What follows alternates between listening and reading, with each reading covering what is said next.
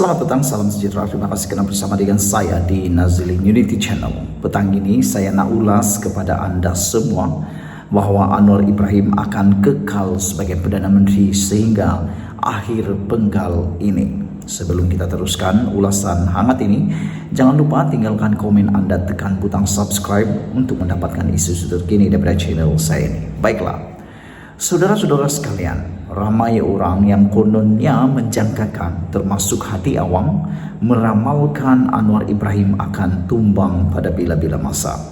Namun demikian, sebagai penganalisis politik bebas, saya menjangkakan perkara itu tidak akan berlaku.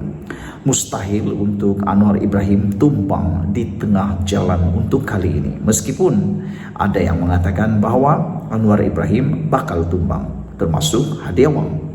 Ada beberapa hal kenapa saya tidak bersetuju dengan pendapat tersebut.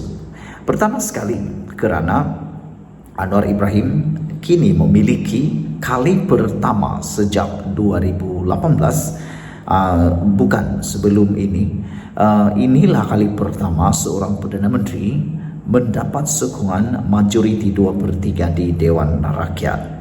Daripada 23 bilangan ahli Dewan Parlimen atau Dewan Rakyat, ahli Parlimen yang menyokong Anwar Ibrahim sebagai Perdana Menteri, hanya 29 daripadanya datang daripada Barisan Nasional. Mereka mengandaikan Anwar Ibrahim akan tumbang pada pertengahan jalan penggal perkhidmatan beliau. Mereka menjangkakan kerana mungkin Barisan Nasional akan menarik sokongan daripada menyokong Anwar Ibrahim sebagai Perdana Menteri. Secara pribadi, saya memikirkan itu perkara yang hampir mustahil dilakukan oleh Zahid Hamidi. Kerana saya mengambil contoh yang telah berlaku di Sabah. Langkah Kinabalu yang anda pasti tahu melibatkan Safi Afdal dan Bung Mukhtar tidak berjaya. Akhirnya, kita tahu yang kerugian besar adalah Bung Mukhtar Radin. Bukannya Safi Afdal, tetapi Bung Mukhtar. Dari seorang timbalan Ketua Menteri Sabah, daripada seorang Menteri Kerja Raya di Sabah, akhirnya sekarang ini hanya tinggal ahli parlimen dan hanya tinggal ahli Dewan Undangan Negeri. Biasa saja. Kerana kesilapan mereka membuat langkah Kinabalu. Disangka boleh berjaya, tetapi akhirnya tumbang di tengah jalan kerana tidak mendapat sokongan.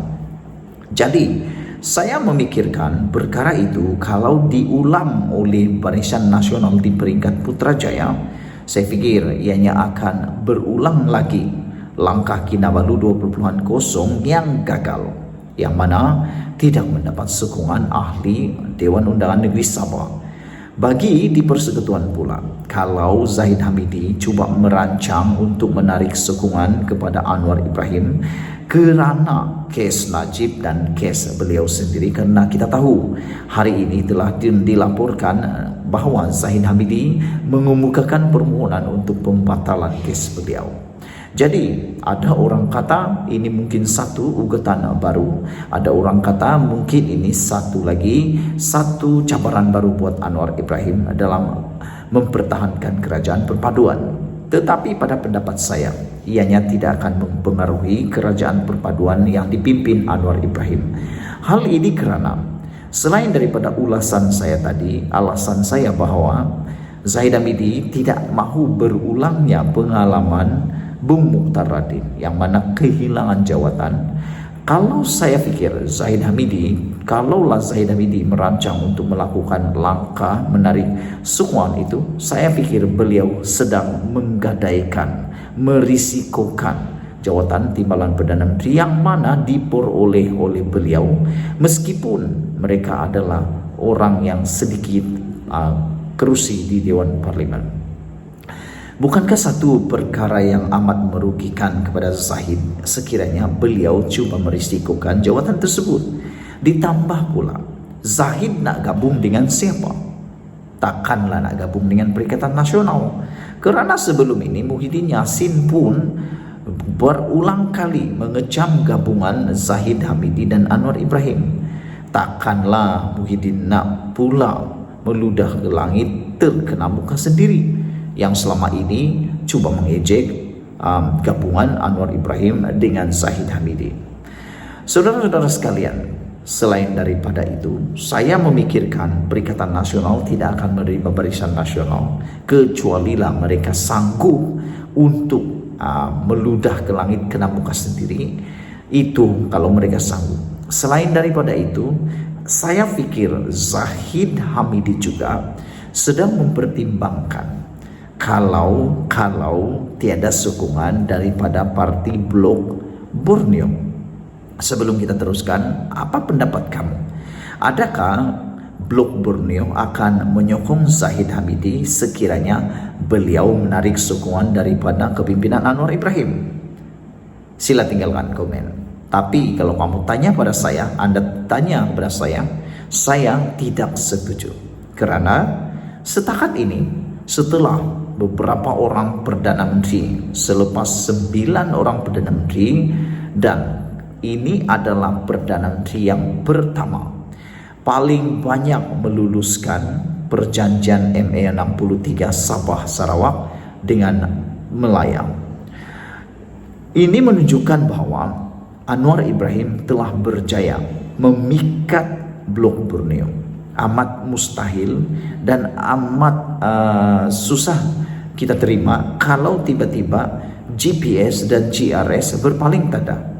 Tiada alasan GPS dan GRS berpaling tada untuk menyertai mana-mana gabungan yang lain. Karena keistimewaan sudah diperoleh oleh GRS dan GPS. Dengan kata lain, apalagi yang mereka boleh peroleh daripada gabungan yang lain. Sarawak sudah dapat timbalan Perdana Menteri. Nak dapat apa lagi? Takkanlah pula GPS ditawarkan jawatan Perdana Menteri pula. Takkan Perikatan Nasional atau Barisan Nasional serahkan jawatan Perdana Menteri pula. Kalau hanya tawarannya sekadar timbalan Perdana Menteri, apa bezanya sekarang? Itu sebab saya kata mustahil GPS berpaling tada. Selain daripada itu, kita juga masih ingat bahwa Blok Borneo, Sabah dan Sarawak menyokong penuh pimpinan Anwar Ibrahim dan mereka telah pun berjanji untuk terus menyokong kerajaan perpaduan ini. Saudara-saudara sekalian, di samping itu, apa yang menariknya ialah kedua-dua gabungan Blok GRS dan GPS ini sudah pun ada persefahaman yang amat erat dengan Anwar Ibrahim. Kalau di Sabah, kita pun tahu betapa Anwar Ibrahim ambil berat terhadap kepimpinan di Sabah. Itulah pendapat saya, Anwar Ibrahim akan terus memimpin negara ini sehingga selesai penggal. Tidak mungkin akan tumbang di tengah jalan. Apapun alasan Anda, yang pastinya itu hanya tinggal khayalan dan impian semata-mata. Tunggulah nanti pilihan raya, barulah Anda tumbangkan. Jangan coba-coba lagi membuat langkah-langkah Sheraton, langkah Sheraton, langkah Kinabalu, langkah entah apa langkah lagi. Sekian dulu Malaysia kita punya. Kita juga sama-sama cintai Malaysiaku. Bye-bye.